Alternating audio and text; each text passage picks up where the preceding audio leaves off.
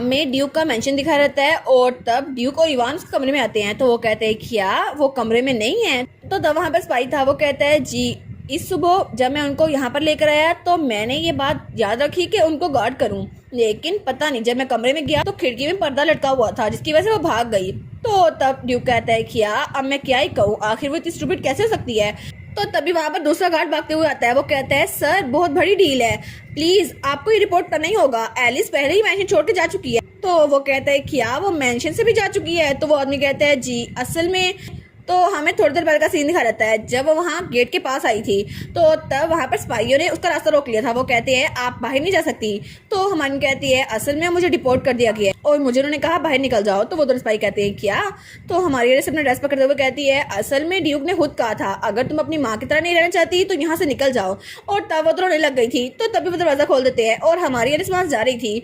तो उनमें से एक स्पाई सोचता है ये तो बिल्कुल मेरी बेटी की उम्र की है। और तब वो कहता है मुझे नहीं पता कि मुझे गिल्टी होना चाहिए या फिर नहीं, ये सिर्फ एक बच्ची है और ये इसके लिए बहुत ज्यादा मुश्किल होगा। तो वो कहता है लेडी अगर आप उस डायरेक्शन में जाए ना तो वहाँ पे आपको एक कैरेज मिल जाएगी, आपके लिए अनकंफर्टेबल होगा लेकिन फिर भी कॉमनर इसको यूज करते हैं और ये चलने से तो अच्छा ही है। तो तब हमारी एलिस देखती है और तब वो कहती है थैंक यू और तब वहाँ से निकल गई थी और ये सारी बातें वो ड्यूक को बता रहा था। तो इवान सोचता है ओ माय गॉड आखिर एलिस वहाँ पे कैसे चली गई अकेली? तो ड्यूक कहता है उसको ढूंढो, मेरे लिए अभी अभी जाकर उसको ढूंढो। और तब हमारी एलिस सोचती है कि असल स्टोरी में मिकाइल उसने तो बहुत ज्यादा भागने की कोशिश की थी लेकिन वो कभी कामयाब नहीं हो सका क्योंकि वो तो एडविन से भागना चाहता था लेकिन वो कभी कामयाब नहीं हो सकता।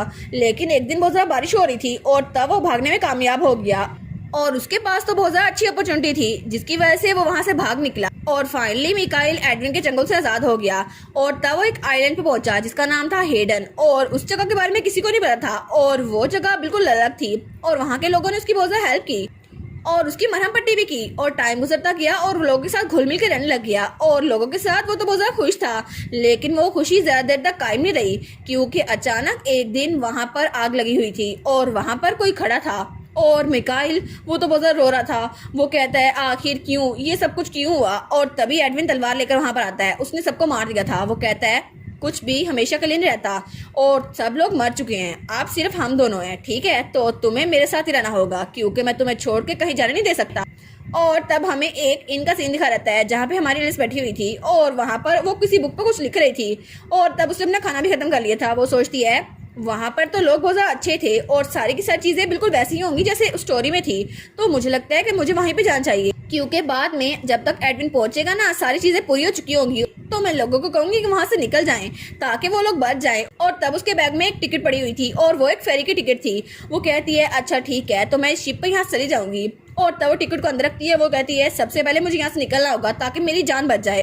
तो तब वहाँ सी पोर्ट पे आ गई थी और वहाँ पे कश्ती खड़ी थी और तब वो कहती है ड्यूक ने मुझे कहा था कि मुझे यहाँ से निकलना होगा तो इसलिए मैं यहाँ से निकल आई। और जब मैं यहाँ से निकल रही थी ना तो मैंने इस बात का ध्यान रखा कि कोई भी सर्वेंट या मेड मुझे ना देखे। और फिर मैंने एक जगह खुदाई की और इवान के लिए एक लेटर छोड़ दिया और उसने एक बॉक्स छोड़ा था जिसके अंदर एक चाबी थी और एक लेटर पड़ा हुआ था और उस लेटर में उसने लिखा था कि तुम्हें जंग में नहीं जाना चाहिए।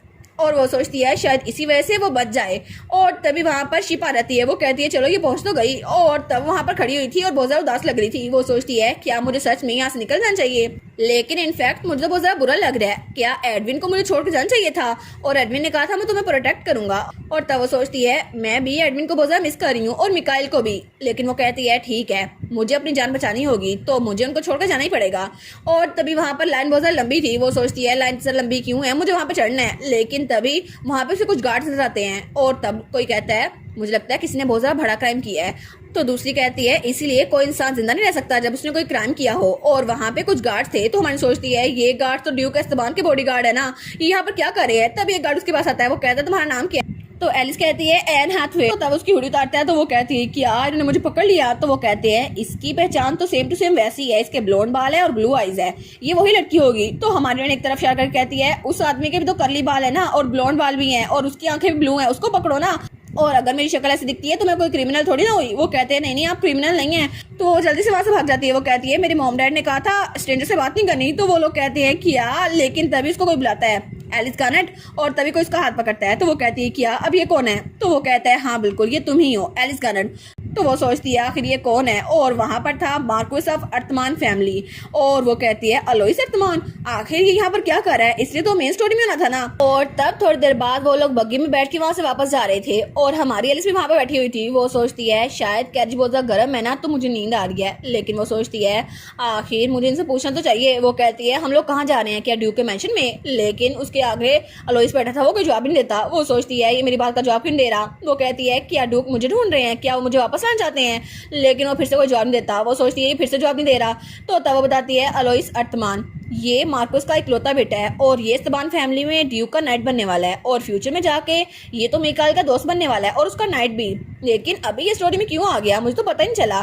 तो तब वो कहती है लेकिन मिकाइल जब भाग गया तो ये भी मर गया था, और स्टोरी में इसका यही काम था। लेकिन तब तो उसको बहुत ज़्यादा नींद आ रही थी। वो सोचती है आखिर ये ऐसे कैसे मुझे ढूंढने के लिए आ गए, मुझे तो वहाँ से भागना था ना। तो तब उसको देखती है और वो सोचती है लेकिन फिर भी ये तो ओरिजिनल स्टोरी में बहुत ज़्यादा खुश लगता था, लेकिन अभी तो बिल्कुल अनहैप्पी लग रहा है। आखिर ये ऐसे कैसे देख रहा है मेरी तरफ, क्या ये मेरे साथ हमदर्दी कर रहा है।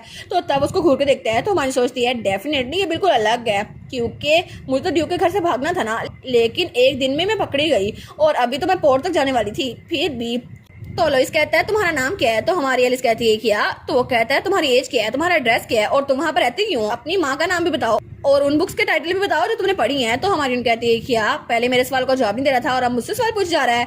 तो तभी वो लोग वहाँ पे पहुंच चुके थे ड्यूक के मेंशन में, और तब वो सीढ़ी चढ़े थे। तो हमारी हीरोइन तो बहुत ज्यादा थक गई थी, तो तब उसको देखते हैं, लेकिन तभी दूसरी तरफ देखकर वो बहुत ज्यादा चौंक जाता है। वो कहता है क्या आखिर ये कैसे, तो वहां से भाग रहा था। तो हमारी कहती है क्या हुआ इसको।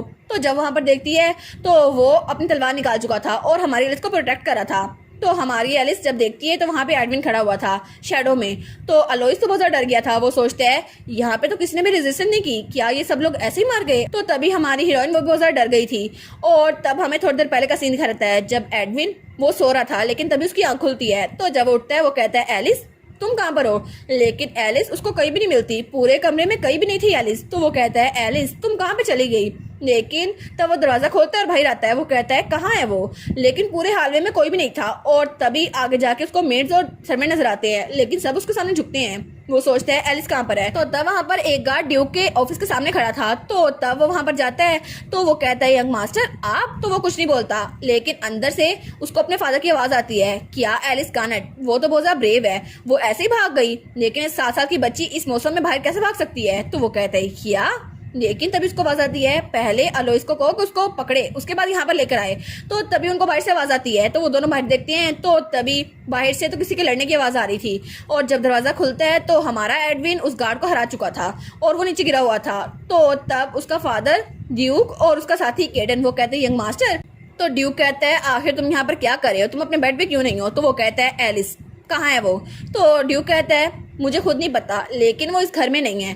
तो वो कहता है ढूंढो उसे। तो उसका डैड कहता है क्या सच में कोई रीजन है कि तुम खुद अपने पैरों पे चल के आए हो उसे ढूंढने के लिए। तो ड्यूक को वो बाजार घूर के देखता है और हमारा एडविन वो भी अपने फादर को बहुत ज्यादा घूर के देखता है और दोनों एक दूसरे को घूरी जा रहे थे। लेकिन तभी एडविन उसको कुछ महसूस होता है तो वो जल्दी से वहां से भागने लगता है। तो ड्यूक उसको देखी जा रहा था। तो तब हमारा एडविन भाग के हमारी एलिस की तरफ आ रहा था, लेकिन जब एलिस को देखता है तो वो कहता है क्या एलिस। तो हमारी एलिस सोचती है आखिर यहाँ पर हो क्या रहा है, और तब उसकी तरफ हाथ बढ़ाती है, लेकिन एडविन जल्दी से आ जाता है और हमारी रंग को गले लगाता है। वो कहता है एलिस तुम कहाँ पे चली गई थी।